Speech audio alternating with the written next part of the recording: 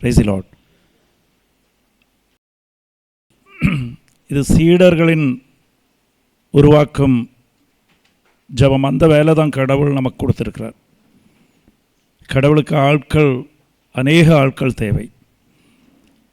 அது நீங்களே உங்களை கணக்கிடாதீர்கள், எனக்கு அதுக்கு திறமை இருக்கா இல்லையா. நம்ம ஆத்மீய வாழ்வு ஒன்றும் நம்ம திறமையால் செய்யப்பட முடியாது. ஈவன் நம்பிக்கை கூட அது நம்ம திறமை இல்லை, கடவுளின் அருளால் மட்டுமே சாத்தியம். ஒரு நம்பிக்கை வைக்கணும், நமக்கு ஒரு விஷயத்து மீது நம்பிக்கை வரணும்னா கூட அது கடவுளின் அருளால் தான் முடியும், கிருபையால் மட்டுமே முடியும். கிரேஸ். அப்போது என்னவும் சாத்தியமாகணும்னா அது கடவுளின் அருளால் மட்டுமே முடியும். இப்போது ஈஸியான வழி,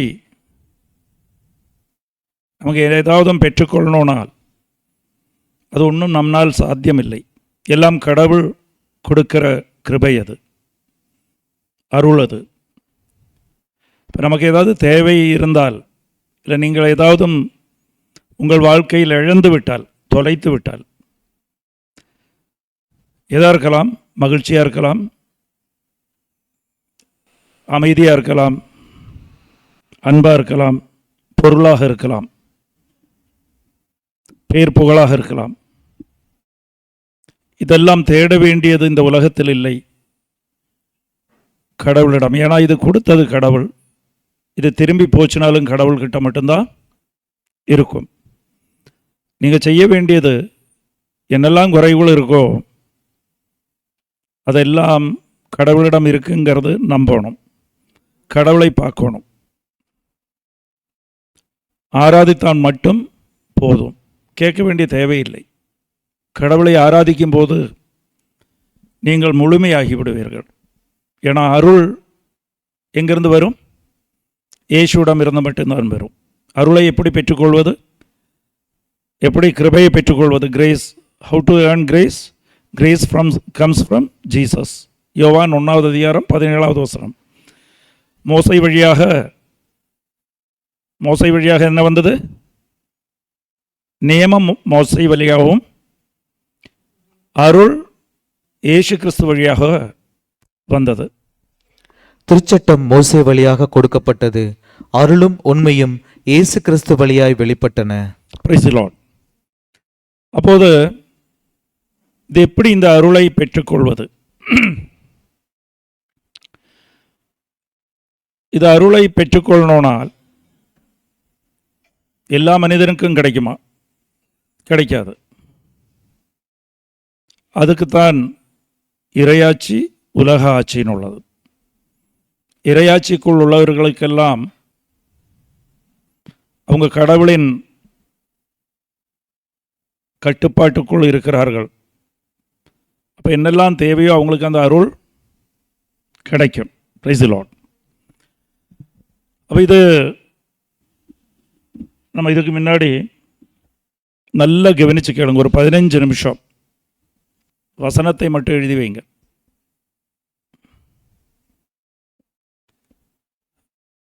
நல்லா கவனிக்கலைன்னா இது புரியாது. இது புரிஞ்சிருச்சுன்னா நம்மளது ஒவ்வொரு வாரத்தோது மெசேஜும் உங்களுக்கு புரிஞ்சால் அநேகம் பேருக்கு நீங்கள் கடவுளை அறிவிக்க முடியும். எப்படி அறிவிப்பது? நீங்களே ஒரு சாட்சியாக மாற முடியும். நம்மளோட எப்போவுமே லட்சியம் என்னவாக இருக்கணும்? கடவுளே, நான் உனக்கு ஒரு சாட்சியாக மாறணும். நீ உயிருள்ள கடவுள்னு என்னை காணும்போது பிறர் தெரியணும், பிறருக்கு தெரியணும். அதுதான் சாட்சி.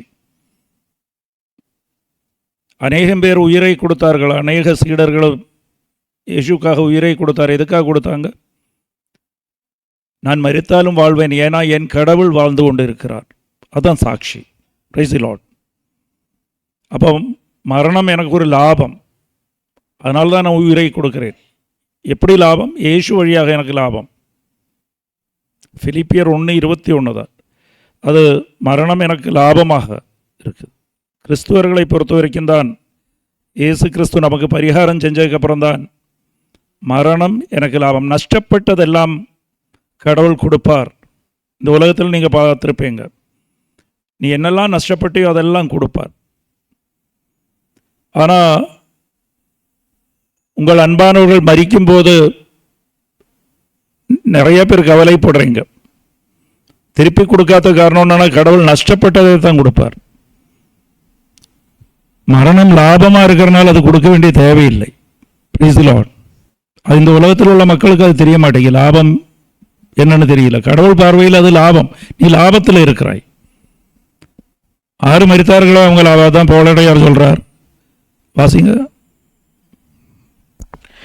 ஏனெனில் நான் வாழ்ந்தால் அது கிறிஸ்துவுக்காகவே, நான் இறந்தால் அது எனக்கு ஆதாயமே. ஆதாயமே. நான் இறந்தால் எனக்கு ஆதாயம். அப்ப ஆதாயத்தில் உள்ள விஷயம், கடவுள் என்ன சொல்லியிருக்காரு, உனக்கு நஷ்டப்பட்டதை எல்லாம் நான் உனக்கு திருப்பி தருவேன். யோபுக்கு எல்லாம் கொடுத்தார்.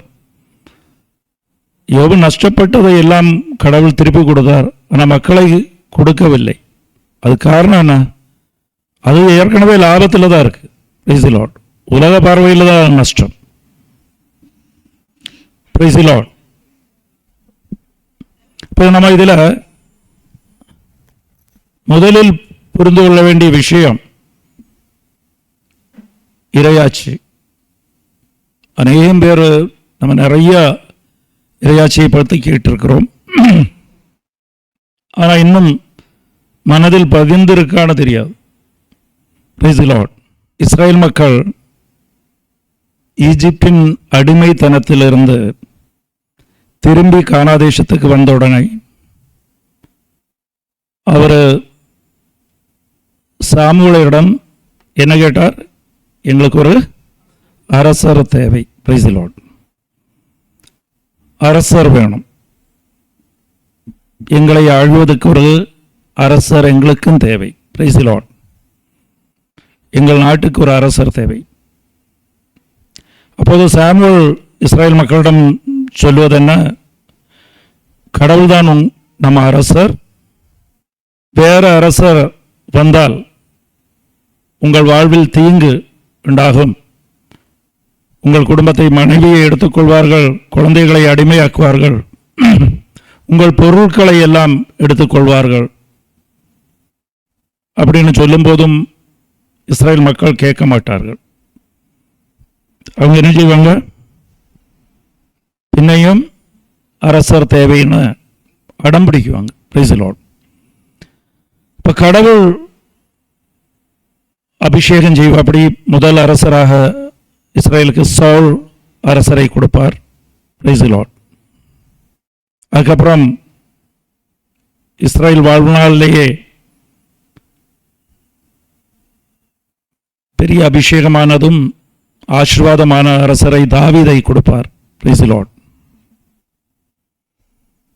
தாவீதுக்கு அப்புறம் சோலமன் அரசராக இஸ்ரேல் மக்களுக்கு கிடைக்குவார். சோலமனுக்கு அப்புறம் வந்த அரசர்கள் எல்லாம் கடவுளின் பார்வையில், சோலமனோட சமயத்தில் ராஜ்யம் ரெண்டாக பிளந்தது. ஒன்று இஸ்ராயல், ஒன்று யூதயா. ஜெரோபாவா, ரஹோபாவா ரெண்டு அரசர் அதுக்கப்புறம் உண்டாகுவார். இவங்களெல்லாம் கடவுளின் பார்வையில் தீமை நிறைந்தவர்களாக இருந்தார்கள். அப்போது கடவுள் என்ன செய்தார்? மீண்டும் இந்த மக்களை பாபிலோனுக்கு அடிமைத்தனத்துக்கு அனுமதித்து விடுவார். பாபிலோன் அடிமைத்தனத்துக்கு போய் விடுவார்கள். Price the Lord. அப்புறம் கொஞ்சம் காலத்துக்கு அப்புறம் மீண்டும் இந்த மக்கள் எல்லாம் திரும்பி வருவார்கள். அப்போது ராஜ்யம் உண்டாகும். ஹல்லேலூயா. ஆனால் அதை ஆழ்ந்து கொண்டிருப்பது அசிரியா, பெர்ஷியா, கிரீக்கு, ஈஜிப்ட், ரோமா. இத்தனை நாடுகள் இந்த இஸ்ரேல் ராஜ்யத்தை ஆழ்ந்து கொண்டிருப்பார்கள். இவங்களுக்கு அரசர் இல்லை. ஆனால் இவங்களை வழிநடத்தி கொண்டிருந்தது குருக்களாக இருந்தாங்க. அதான் அன்னாசும் காயப்பாசும் இயேசுவின் காலத்தில் இயேசுவை அவங்களிடம்தான் கொண்டு போனாங்க. அவங்க என்னவா இருந்தார்கள்? தலைமை குருக்களாக இருந்தார்கள். அவங்க தான் ஆழ்ந்திருந்தார்கள் மக்களை. இந்த ராஜ்யம் ஆறு கீழே இருந்தது? இந்த 5 நாட்டின் கீழையா இருந்துச்சு. ராஜ்யம் 5 நாட்டின் கீழையா இருந்தது. அன்னைக்கும் இந்தியா பிரிட்டிஷ் 944 முன்னாடி பிரிட்டிஷ் கீழே இருக்கும் போதும் ஆழ்ந்து கொண்டிருந்தது இங்கே ஜமீன்தாரும் அதேபோல் அவங்க கவர்னர்ஸ் எல்லாம் தான். Price the Lord. அதேபோல் இஸ்ரேல் நாட்டிலும் அந்த நாடு இந்த 5 நாட்டுக்கு கீழே இருந்தாலும் அதை ஆழ்ந்து கொண்டு இருந்தது இந்த தலைமை குருக்கள். Price the Lord. அப்போதும் இந்த மக்கள் அரசர் தேவைன்னு சொல்லி அழுது கொண்டிருந்தார்கள். எங்களுக்கும் ஒரு அரசர் தேவை. Praise the Lord. ஹல்லேலூயா. இப்போ இறைவாக்கினர் அவங்களுக்கு ஆறுதல் கூறுவார்கள்.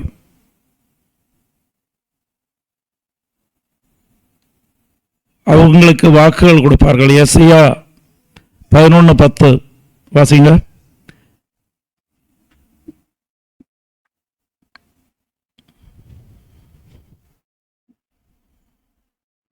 எஸ்ஐயா 11வது அதிகாரம் 10வது வசனம்.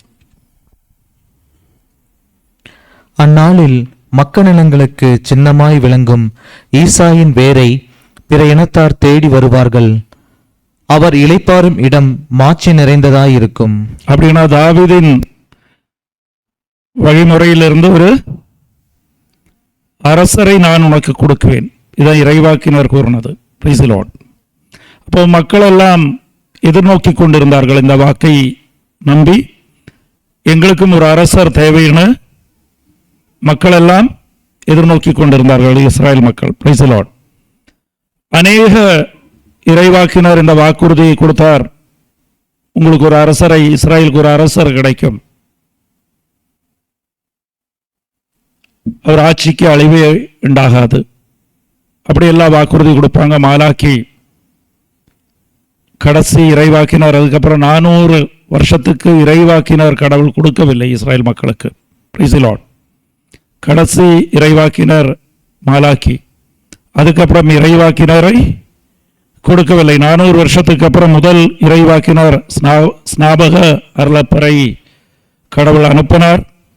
அவர் மத்தேயு 3வது அதிகாரம் 2வது வசனத்தில் அவர் கூறினார், மனம் திரும்புங்கள், இறையாட்சி நெருங்கிவிட்டது. இதோ இறையாட்சி, kingdom of God is in hand. இறையாட்சி வந்து விட்டது. அப்படின்னா உங்களுக்கு ஒரு அரசர் வந்து விட்டார். Praise the Lord. அப்போ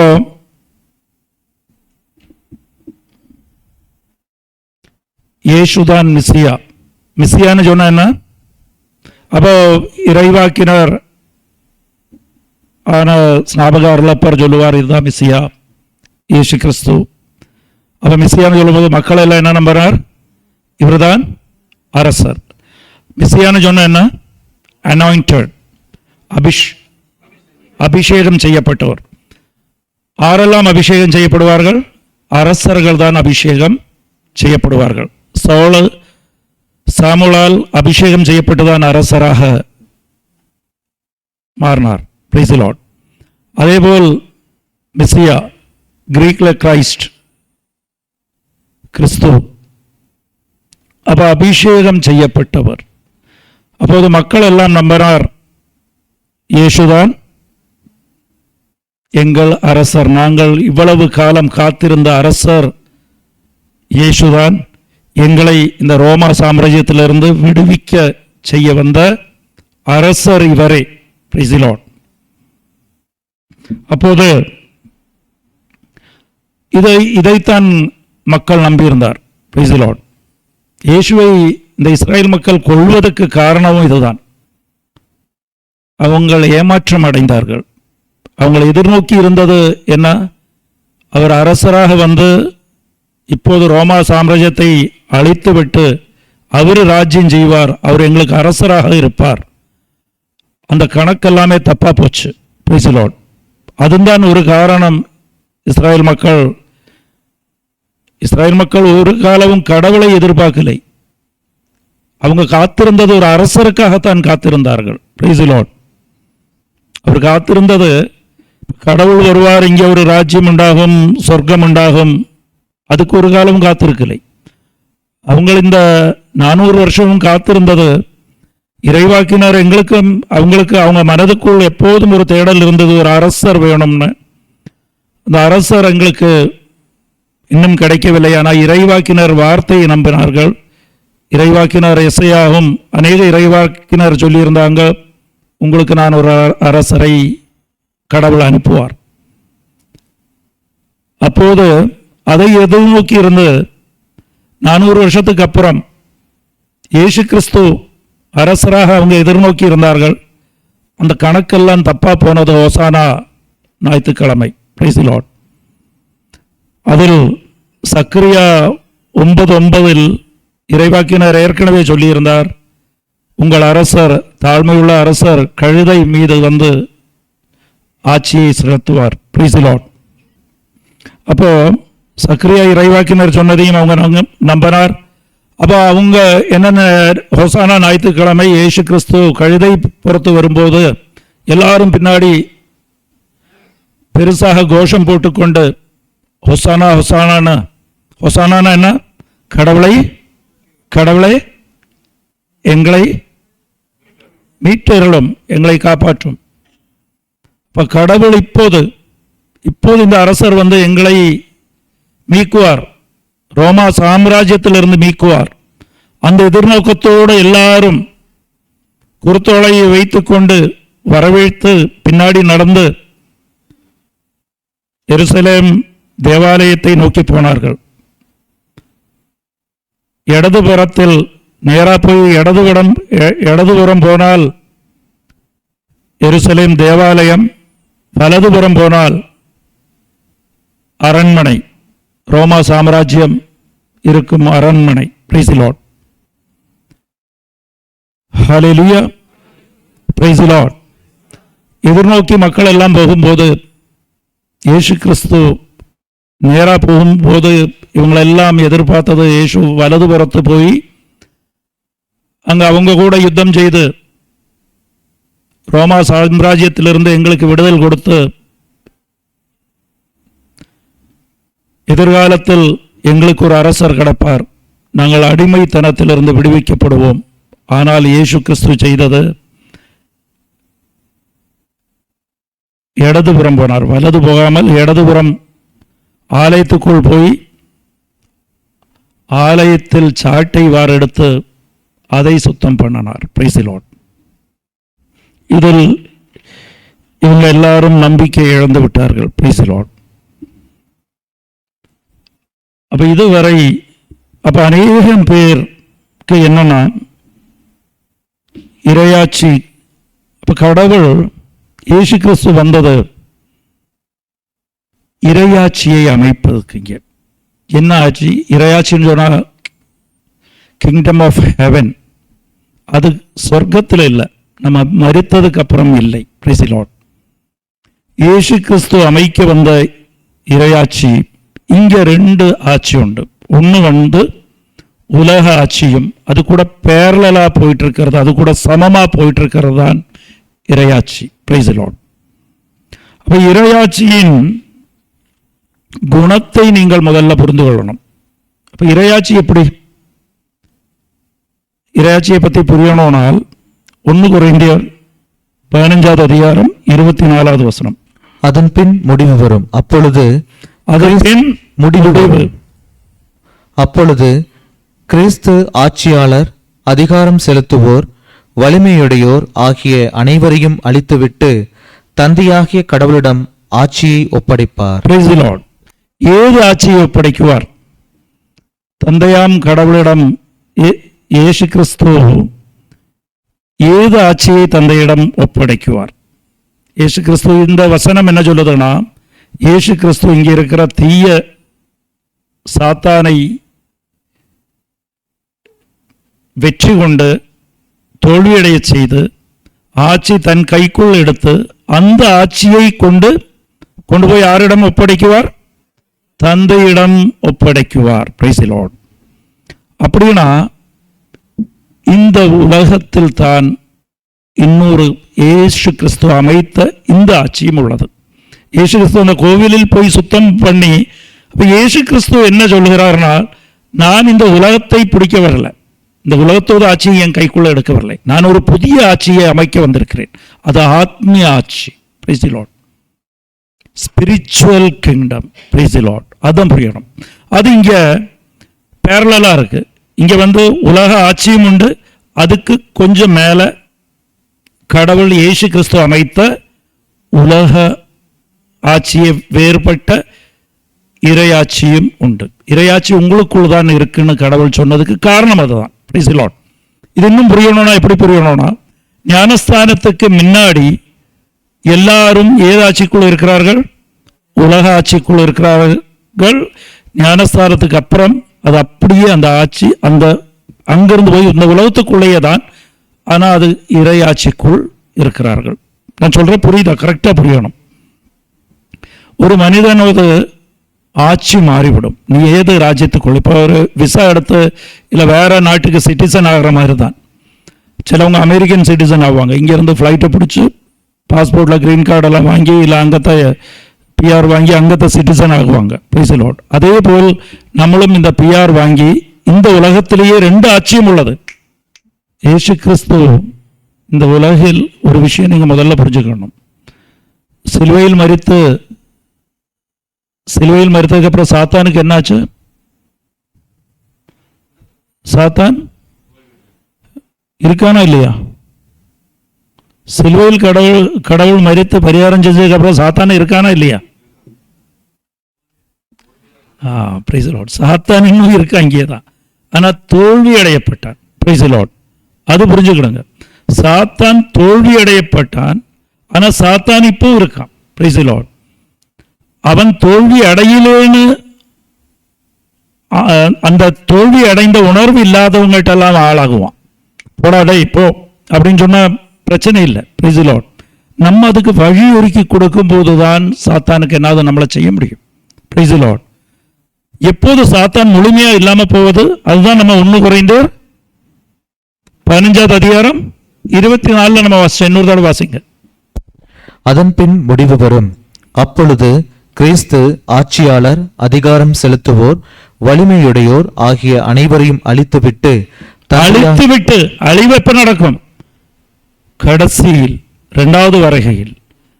அப்போது அழைப்பார். இப்ப தோல்வி அடைய செய்தார். சாத்தான் இப்ப தோல்வி அடைந்த தோல்வி உள்ள தோல்வி உள்ள நபராக இப்படி உட்கார்ந்துருக்க. அப்படி அதை கண்டுதான் நம்ம எல்லாம் பயந்து கொண்டு இருக்கிறோம். அவனுக்கு அடிமையாக மாறுறோம். Price the Lord. அவனுக்கு அடிமையாக மாற வேண்டிய தேவையில்லை. அநேகம் பேர் அடிமைத்தனத்துக்கு காரணம் என்னன்னா, இந்த அடிமைத்தனத்திலிருந்து எனக்கு நீ விடுதலே இல்லை, நான் இப்படியே தண்ணி அடிச்சுட்டு இருக்கலாம், இப்படியே கோவப்பட்டு இருக்கலாம், இப்படியே வெறுப்பு வச்சுக்கிட்டு இருக்கலாம் அப்படின்னு நினைக்கிற காரணம்னா, இதெல்லாம் என்னால் முடியாது. இதெல்லாம் செஞ்சு வச்சிருக்கிறதாரு சாத்தான். அவன் தோல்வி அடையப்பட்டவன். Price the Lord. இந்த 2வது ஆட்சிக்கு பின்னதான் புதிய பூமியும் புதிய சொர்க்கம் உண்டாகும். வெளிப்பாடு 21:1 வாசிங்க. இந்த சீக்வன்ஸ் நான் கரெக்டா சொல்லித்தரேன், அப்ப கரெக்டா புரியும். இதுக்கப்புறம் தான் 1 Corinthians 15:24 அப்புறம் தான் இந்த வெளிப்பாடு 21:1 நிகழும். பின்பு நான் புதியதொரு விண்ணகத்தையும் புதியதொரு மண்ணகத்தையும் கண்டேன். Price the Lord. புதிய விண்ணகமும் புதிய மண்ணகமும், அதில் கடவுள் ஆட்சி செய்வார். அதில் சாத்தானின் ராஜ்யம் கிடையாது. Price the Lord. நம்ம எல்லாரும் அங்க எப்படி இருப்போம்? இதே உடலோடு வானதூதரை போல் இருப்போம். கண் சிமிட்டும் நேரத்தில் இதெல்லாம் மாறிவிடும். Price the Lord. இதெல்லாம் இந்த புதிய விண்ணகம். ஆனால் அதுக்கு முன்னாடி இந்த உலகில் நீங்கள் இறையாட்சிக்குள் இருக்கணும். Price the Lord. எல்லாரும் நினைப்பனா இறையாட்சியில் நம்ம சொர்க்கத்தில் போய் இருக்கிற விஷயத்தை பேசப்படுதுன்னு இல்லை. நீங்கள் இங்கே இறையாட்சிக்குள் இருக்கிறீர்களா இல்லையா? இயேசு அமைத்த இறையாட்சி, இயேசு கிறிஸ்து நமக்காக அமைத்த இறையாட்சி. இங்கே இயேசு கிறிஸ்து இந்த உலகத்துக்கு வந்தது இந்த உலகத்தில் இயேசுவின் ஆட்சியை அமைப்பதற்கு. நாம பரலோகத்தில் அமைப்பதுக்கு இல்லை. நம்ம எல்லாம் இங்க இருந்து மரித்து இங்க சொர்க்கத்துக்கு போகும்போது அங்க ஆட்சி அமைப்பதுக்கு இல்லை. இந்த உலகத்தில் இதுதான் நிறைய பேருக்கு அந்த தவறு. எல்லாருக்கும் எத்தனை பேருக்கு இந்த இப்படி இருந்தது? இறையாட்சிங்கிறது சொர்க்கத்தில் போனதுக்கு அப்புறம் உள்ளது. எத்தனை பேருக்கு இருந்தது? உண்மையா கைதுங்க, உண்மையா. Price the Lord, praise the Lord. இது அநேகம் பேருக்கு நீங்க சொல்லிக் கொடுங்க. இறையாட்சி என்பது சொர்க்கத்தில் போனதுக்கு அப்புறம் இங்க மரித்து வேற உலகத்துக்கு போறது இல்லை. இயேசு கிறிஸ்து இந்த உலகத்துக்கு வந்தது இங்க அவரின் ஆட்சி அமைப்பதற்கு, இரண்டாவது வரவில் சாத்தானையும் இந்த தீய சக்திகளை தோற்கடித்து இந்த ராஜ்யத்தை முழுமையாக தந்தையிடம் கொடுப்பதற்காகத்தான். பிரைஸ் தி லார்ட், ஹல்லேலூயா. அதுதான் புதிய விண்ணகம் புதிய மண்ணகம். நான் சொல்ற புரியுதா உங்களுக்கு? அப்ப அரசராக அவர் வந்தது இங்கே ஒரு ஆட்சி அமைப்பதற்கு.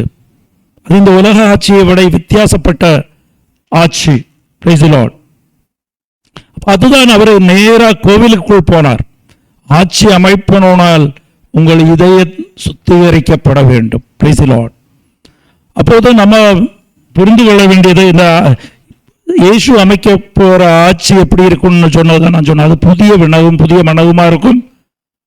அந்த இறையாட்சிக்குள் இங்கேயே இந்த உலகத்தில் நம்மெல்லாம் ஞானஸ்தானத்துக்கு அப்புறம் எங்க கொண்டு போக சொல்றோம்? இறையாட்சிக்குள், இயேசு அமைத்த இறையாட்சிக்குள் நம்ம பூந்துடுறோம், நம்ம போகிறோம். அது எத்தனை நேரம் அந்த ஆட்சிக்குள் இருக்கிறோங்கிறது நமக்கு தெரியாது. Price the Lord. இப்போ நம்மெல்லாம் இறையாட்சிக்குள் இருக்கிறோமா இல்லையா? இந்த உலகத்தில் ஞானஸ்தானம் எல்லாரும் எடுத்துட்டோம்ல, இறையாட்சிக்குள் இருக்கிறோமா இல்லையா? உண்மையை கரெக்டா சொல்லுங்க. எனக்கு தோணல. Price the Lord. ஏன்னா மத்தேயு 13வது அதிகாரம்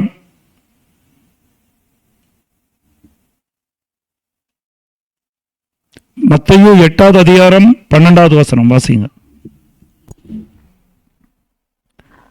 அரசுக்கு உரியவர்களோ புறம்பாக உள்ள இருளில் தள்ளப்படுவார்கள். எப்படி? அரசுக்கு உரியவர்களோ, அரசுக்கு உரியவர்களோ, இறையாட்சிக்குள் உரியவர்களோ தள்ளப்படுவார்கள், புறம்பாக உள்ள இருளில் தள்ளப்படுவார்கள். Price the Lord. அப்போ இறையாட்சிக்குள் கவனித்து இருக்கவில்லைனால் அவங்க எங்க தள்ளப்படுவார்கள்?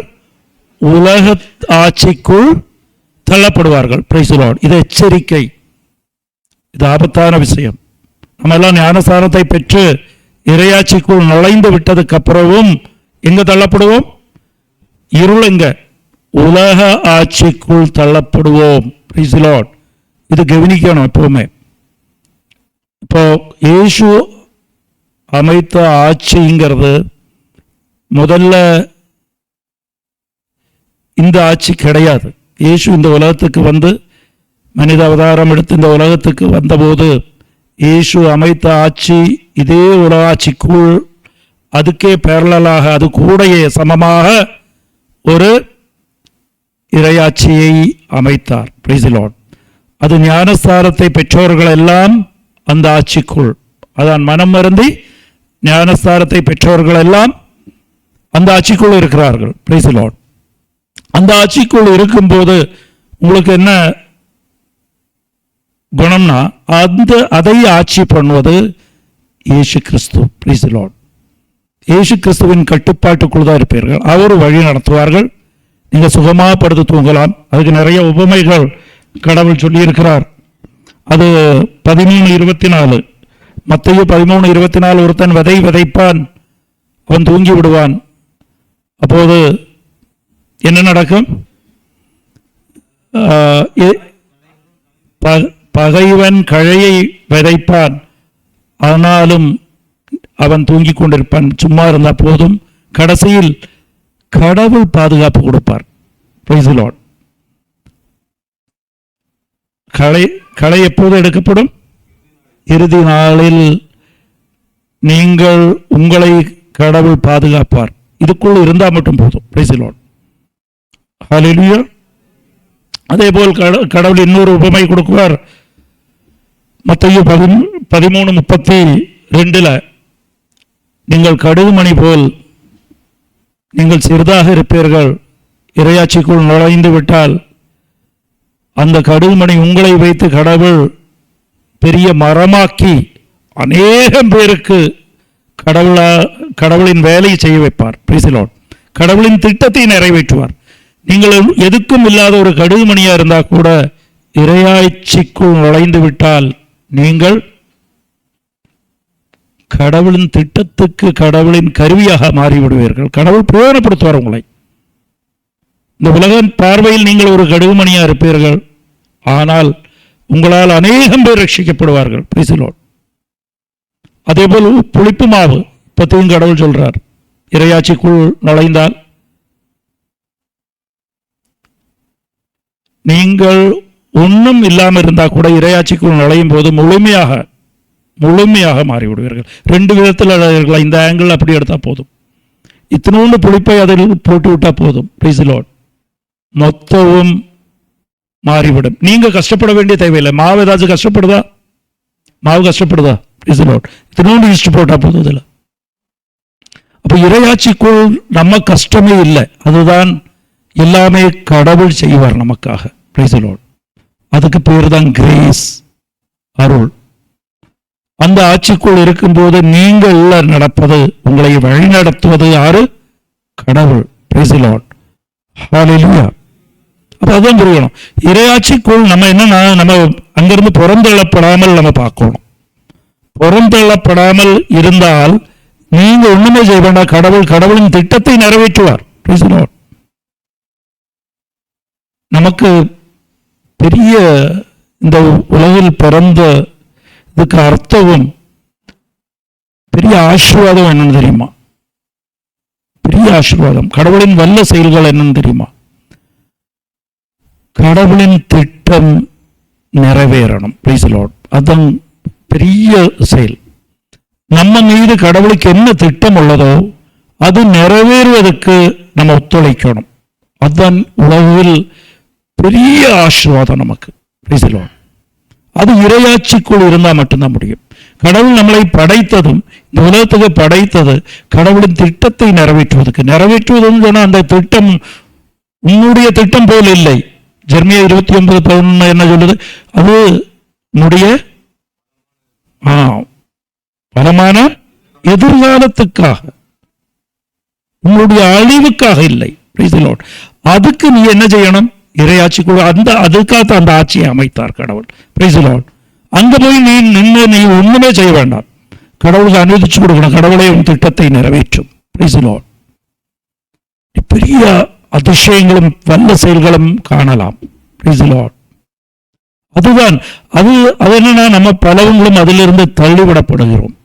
இருட்டுக்குள், அப்படின்னா இந்த உலக ஆட்சிக்குள் நம்ம தள்ளிவிடப்படுகிறோம். நான் சொல்ற ஆங்கிள் கரெக்டா புரியுது எல்லாத்துக்கும். Price the Lord. இஸ்ரேல் மக்கள் முதல்ல அரசரை தேடினார்கள். அரசர் கடவுள் கொடுத்தார். அரசர் எல்லாம் கடவுளின் பார்வையில் தீமை செய்தவர்களாக இருந்தார். அப்போது என்னாச்சு? கடவுள் அவங்களை பாபிலோனுக்கு அடிமைகளாய் மாற்றிவிட்டார், அனுமதித்து விட்டார். மீண்டும் சில காலத்துக்கு அப்புறம் அவங்க மீட்டெடுத்து அவங்க நாட்டுக்குள் வந்தார்கள். ஆனால் அந்த நாடை ஆட்சி செய்து கொண்டிருந்தது வேற நாடுகள் எல்லாம் ஆட்சி செய்து கொண்டிருந்தது. தலைமை குருதான் அவங்களை வழிநடத்தி கொண்டிருந்தார்கள். Price the Lord. அப்போதும் அவங்களுக்கு அரசர் தேவை. இறைவாக்கினர் அவங்களுக்கு வாக்கு தத்துவத்தை வாக்கை கொடுத்தார். உங்களுக்கு தாவீதின் வம்சத்தில் இருந்த ஒரு அரசரை கடவுள் கொடுப்பார். அதுக்காக காத்து கொண்டிருந்தார். 400 வருஷத்துக்கு இறைவாக்கினர் கிடைக்கவில்லை மாலாக்கிக்கு. அப்புறம் எல்லா இறைவாக்கினரும் இதே வாக்குதான் கொடுத்தார்கள். 400 வருஷத்துக்கு அப்புறம் முதலில் இறைவாக்கினர் சொன்னார். அவர் தான் ஸ்நாபக அருளப்பர். அவர் சொன்னார், இதுதான் மெசியா. மெசியா தான் என்ன?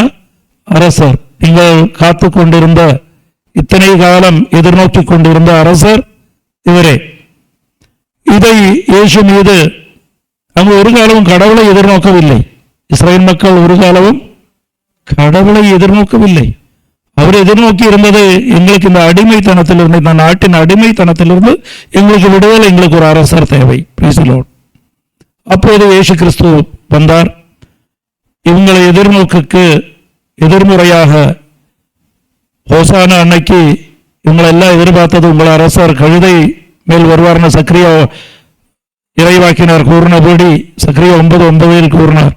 அதே போல இவங்களை எதிர்நோக்கி இருந்தார். இயேசு கிறிஸ்துவும் கழுதை புறத்தே வந்தார். அப்போது நினைத்தார், இன்னைக்கு இயேசு கிறிஸ்துவ ஆட்சியை அவர் கையில் எடுத்துக்கொண்டார், ஆட்சி செய்வார், எங்கள் அடிமைத்தனம் விட்டு போகும், வேற நாடுகள் எல்லாம் அழிந்துவிடும், ரோமா சாம்ராஜ்யம் இன்னையோடு அழிந்துவிடும் சொன்ன அதுக்கு எதிர்முறையாக இயேசு கிறிஸ்து அவங்களிடம் யுத்தத்துக்கு போகாமல் கோவிலுக்குள் போய் கோவிலை சுத்தப்படுத்தினார். அப்ப அவர் ஆட்சி என்ன? அவர் ஆட்சி கோவிலை நமக்குள் கொண்டு வரணும். கடவுள் நம்மளோடு இருப்பதுதான் ஆட்சி. Price the Lord. அவர் எதிர்பார்த்த ஆட்சி. இந்த உலகத்தில் கடவுள் உள்ள நிலையும் இல்லாத நிலையும் உள்ளது. இந்த உலக ஆட்சியில் கடவுளுக்கு ஸ்தானம் இல்லை. கோவிலில் கடவுளுக்கு தான் முதல் ஸ்தானம். கோவிலில் யாருக்கு முதல் ஸ்தானம்? கடவுளுக்கு. அப்ப கடவுளுக்கு முதல் ஸ்தானம் கொடுக்கிறது தான் அவர் அமைத்த இறையாட்சி. Price the Lord. கோவிலை சுத்தம் பண்ணார். அப்போது அந்த ஆட்சிக்குள், அது எப்படி ஞானஸ்தானத்துக்கு அப்புறம் நம்ம எல்லாரும் அந்த ஆட்சிக்குள் வருகிறோம். சொர்க்கத்தின் ஆட்சி, இறையாட்சிக்குள் நம்ம இருக்கிறோம். இறையாட்சி இங்கே தான் இருக்குது. Price the Lord. ஞானஸ்தானத்துக்கு முன்னாடி நம்ம உலக ஆட்சியிலிருந்து நமக்கு ப்ரமோஷன் கிடைத்து நம்ம எங்க போகிறோம்? இறை ஆட்சிக்குள் போகிறோம். அங்கு கடவுள் தான் ஆட்சி செய்கிறார். நீங்கள் அங்கு ஒண்ணுமே செய்ய வேண்டாம். அங்க கடவுளின் திட்டம் என்ன? கடவுளின் திட்டம் நிறைவேறணும் உங்களை வைத்து. அதுக்காக கடவுள் உங்களை தயார்படுத்துவார் அந்த ஆட்சிக்குள். Price the Lord. ஆனால் நம்ம அங்கிருந்து வெளி எறியப்படுகிறோம். Price the Lord. வெளியேறி எரியப்படும் போது என்ன நடக்கும்? கடவுளின் திட்டம் நிறைவேறாது. அப்போது அந்த பிரச்சனை எல்லா சாத்தான் பின்னையும் நம்மளை பயங்காட்டி கொண்டிருப்பான். Price the Lord. அப்ப நம்ம கவனிக்க வேண்டிய விஷயம், நான் இறையாட்சிக்குள் இருக்கிறனா இல்லையா? Price the Lord. இதான் விஷயம். இத்தனை விஷயம் புரிஞ்சுதா? இன்னும் இறையாட்சிக்குள் நம்ம இருக்கிறோமா இல்லையா? இல்லைன்னா திரும்பி இறையாட்சிக்குள் போகணும். Praise the Lord. ஹல்லேலூயா. இத்தனை விஷயம் புரிஞ்சுதா? நம்ம இங்க வாழ்ந்து கொண்டு இருக்கிறதுலேயே தான், இந்த உலகத்தில் தான் 2 ஆட்சியும் உள்ளது. ஒன்னு உலகாட்சி, ஒன்னு இறையாட்சி. இறையாட்சி என்ன? கடவுளின் திட்டம் நிறைவேற்றும் இடம். நம் மீது கடவுளுக்கு ஒரு திட்டம் உள்ளது. படைக்கும் போதே கடவுளுக்கு ஒரு திட்டம் உள்ளது நம் மீது. அந்த திட்டத்தை நிறைவேற்ற விடாமல் யாரு பிடிச்சு வச்சிருக்கா? நம்மள சாத்தான் பிடிச்சு வச்சிருக்கான். Price the Lord.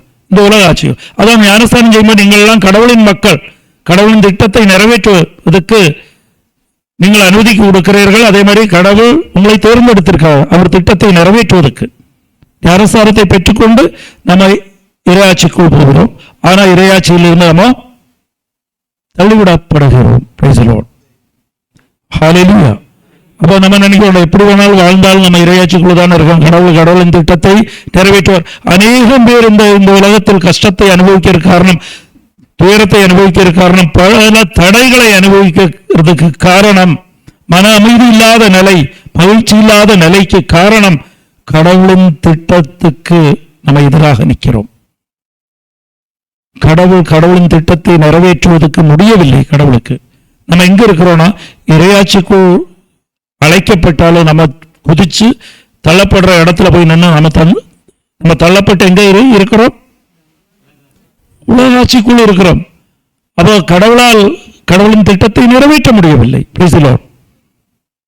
நமக்கு நடக்கிற எல்லாத்த விட நல்ல விஷயம், இந்த உலகத்தில் நமக்கு கிடைக்கிற மகிழ்ச்சிகரமான விஷயம், நமக்கு கிடைக்கிற பெரிய ஆசீர்வாதம் என்னன்னா, கடவுளின் திட்டம் நம்மீது உள்ள திட்டத்தை நிறைவேற்றுவதுதான்.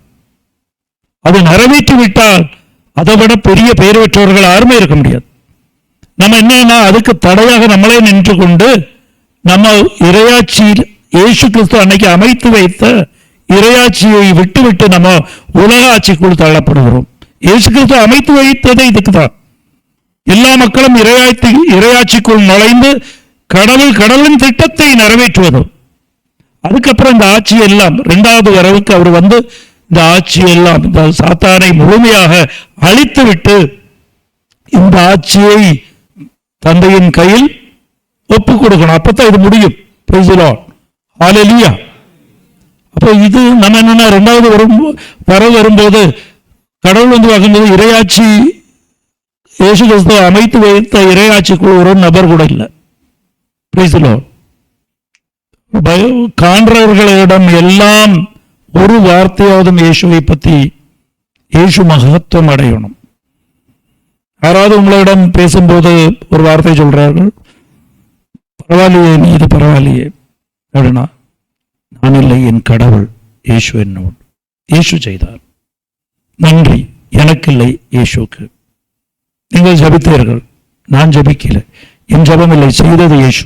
Price the Lord. அப்படி இந்த வார்த்தை சொல்லிக்கொண்டே இருக்கணும். ஹல்லேலூயா. வார்த்தை அது வரணும். நல்ல மார்க் வாங்கிட்ட, நான் இல்லை, எனக்கு இயேசு பெற்றுக் கொடுத்தார். என் மகள் நல்ல மார்க் வாங்கிட்டான், பரவாயில்ல, அப்படி அது இல்லை, அவளுக்கு திறமை இல்லை, என் கடவுள் கொடுத்தார். Praise the Lord. நீங்களும் நம்பி பாருங்கள், உங்க மகளுக்கும் கிடைக்கும். Praise the Lord. ஹல்லேலூயா. அப்ப இதுதான் இயேசுவை மகிமைப்படுத்திக் கொண்டிருக்கணும் வார்த்தையில். அதுக்காக சும்மா போய் இறை வார்த்தை சொல்லணும்னு எல்லாம் இல்லை. இறை வார்த்தை தப்பு தப்பா சொல்லிட்டு அர்த்தம் இல்லை. இறை வார்த்தை சொல்லணும்னு இல்லை. நீங்க கடவுளை மகிமைப்படுத்தினா போதும். ஒவ்வொரு விஷயத்துக்கும் பேசுற வார்த்தையில் எல்லாம் இயேசுவை பற்றி ஒரு வார்த்தையாவது வந்துடணும். ஒரு வார்த்தை வரணும். எங்க போய் நின்னாலும் இயேசுவை பற்றி ஒரு வார்த்தை வரணும். கடைசியில் உங்களுக்கு அவங்க அந்த வார்த்தை, இயேசுவின் வார்த்தையை கேட்டார்கள், கடைசியில் இந்த குடும்பத்துக்கு உங்களுக்கு ஆசீர்வாதம் உண்டாகட்டும் இயேசுனால். Price the Lord. அது சொல்லிட்டே வாங்க. சொல்லிட்டே வரும்போது நீங்க போகும் இடத்துல எல்லாம் நீங்களே உங்களை அறியாமலேயே அந்த இடம் அமைதி உண்டாகும், சமாதானம் உண்டாகும். சாத்தானுக்கு இடம் இருக்காதாங்க. Price the Lord. சாத்தான் தோல்வியடைய பற்றி ஒரு சீக்கிரம் நான் உங்களுக்கு சொல்லித்தரேன். சாத்தான் தோல்வி அடையப்பட்ட சாத்தான், முதலில் சாத்தானுக்கு பவர் இல்லை. சாத்தான் இப்ப விளையாடி கொண்டிருப்பது எப்படின்னா, அவன் உங்களை பவராக யூஸ் பண்ணுவான். அதான் சாத்தானின் வேலை.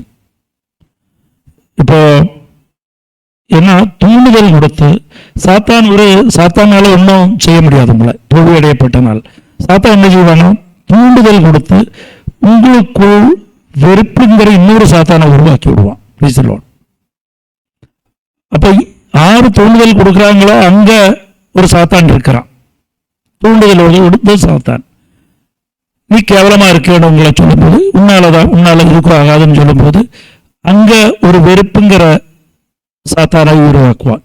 இவங்க ரெண்டு பேரும் ஒன்று சேர்ந்துக்கிடுவாங்க. அப்ப உங்களுக்கு என்ன, நீங்க கடவுளை மறந்து விடுறீர்கள். Price the Lord. கடவுளை மறந்து எப்படி விடுறீர்கள்னா, உங்களுக்கு உங்களை பற்றி நினைவு வரும்போது கடவுளை மறக்கிறீர்கள். அதால் கடவுள் சொல்றாரு, உன்னை மறந்து விட்டு நீ சிலுவை எடுத்து வா. உன்னை மறக்கணும் அப்படின்னா இந்த 4 வார்த்தையை மறக்கணும். நான், எனக்கு, என்னோடு, என்னால். Price the Lord. என்னால் என்னவும் முடியும், அதை மறக்கணும். எனக்கு, நான், அப்புறம் இன்னொன்னு என்னோடு, எங்கிட்ட, என்னோடு செஞ்சுட்டாங்க இப்படி. Price the Lord. இதை மறக்கணும். இந்த 4 வார்த்தையை மறக்கும் போது அப்ப சாத்தான் என்ன செய்வான்னா, இன்னொரு சாத்தானை உருவாக்கி விடுவான். ப்ரொவோக் பண்ணி உங்களை உருவாக்கி விடுவான். நீங்க என்ன செய்யணும்னா, ப்ரொவோக் பண்ணும்போது அப்பவே இந்த சாத்தானும் ஒன்று சேர்ந்துக்கிடும். சேர்ந்து வல்லமை அடைந்து அந்த சிச்சுவேஷனை நாசமாக்கி விட்டுரும். Price the Lord. என்ன நாசமாக்கும்? இறை பிரசனத்தை இல்லாமல் ஆக்கிவிடும். அப்போ இறை வார்த்தை கேட்கிறவர்கள் என்ன செய்யணும்னா, வீட்டில் ஒரு பிரச்சனை வரும்போது ஒன்றில் கணவன் ரூபத்தில் சாத்தான் வரும், மனைவி ரூபத்தில் சாத்தான் வரும். ஒரு ஆள் அங்கிருந்து கிளம்பிடணும். Price the Lord. ஒன்றும் பேசாமல் கிளம்பிடணும், வெளியில் போயிடணும். இவனுக்கு டைம் ஆக ஆக இவனால் நிற்க முடியாது. ஏன்னா தோல்வி அடையப்பட்டவன் வீக் ஆயிடுவான். Price the Lord. இன்னொரு இடத்துல இருக்கிற சாத்தான் வீக்காகி அவன் போயிடுவான். கிளம்பி வரும்போது அப்ப பேச முடியாது. Praise the Lord. அப்ப இந்த சிச்சுவேஷன் இருக்காது. முதல்ல எல்லாம் இயேசு கிறிஸ்து சாத்தானை இந்த தோல்வி அடைய செய்யறதுக்கு முன்னாடி பழைய ஏற்பாடு எல்லாம் பார்த்தீங்கன்னா, ஒரு விஷயம், இந்த ஒருத்தர் மீது வெறுப்பு இருந்தா அது காலகாலத்துக்கு அப்படியே இருந்துகிட்டு இருக்கும். கொல்றது வரைக்கும் அந்த பிரச்சனை போய் இருந்துகிட்டு இருக்கும். நீங்க 1 மணி நேரம் தாமதம் ஆக்க முடிந்தால் அந்த சிச்சுவேஷனை நீங்க அவாய்ட் பண்ண முடியும். Praise the Lord. அப்புறம் பார்த்துக்கலாம். Price the Lord. நாளைக்கு பார்த்துக்கலாம். ஒருத்தன் ரொம்ப ரைஸ் ஆகிட்டு இருக்கான்னா திருப்பி நியாயம் சொல்லவோ பேசுறதுக்கோ வாக்குவாதம் பண்றதுக்கோ போகக்கூடாது. கணவன் ஒரு விஷயத்துல கொடுத்து விட்டு அலம்பு பண்ணிட்டு இருந்தா அப்ப போகாதீங்க வாக்குவாதம் பண்றதுக்கு. Price the Lord. பேசாதீங்க. நாளைக்கு காலையில் பார்த்துக்கலாம். Price the Lord. இல்லை 2 மணி நேரத்துக்கு அப்புறம் பார்த்துக்கலாம். இந்த 2 மணி நேரத்தில் நீங்கள் என்ன செய்யணும்னா இந்த விஷயத்தை ஒப்பு கொடுக்கணும். ஒரு ஜெபமாலையில் பிரைஸ் தி லார்ட் நன்றி சொல்லி ஒப்பு கொடுக்கணும். Price the Lord. இப்படி ஒரு கணவனை தந்ததுக்கு நன்றி கடவுளை. அப்புறம் பைபிள் எடுத்து ஒரு கொஞ்சோண்டு நேரம் வாசிக்கணும். சிச்சுவேஷன் அப்படியே தீர்ந்து போயிடும். இது அந்த நியூட்ரலைஸ் பண்ணுறதுன்னு சொல்கிறது. அதில் இது ஒரு டிப்ஸாக எடுத்துக்கிடுங்க.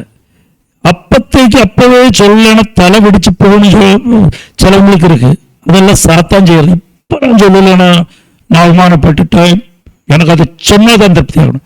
சொல்லிட்டு எங்கேயும் தப்பிச்சு போக முடியாது. Praise the Lord. அப்பவே சாத்தான் அப்படிங்கிற அபக்கனை பிடிச்சி வச்சுக்கிடுவான். சொல்லும்போது மனசுக்குள்ள திருப்தி இருக்கும்.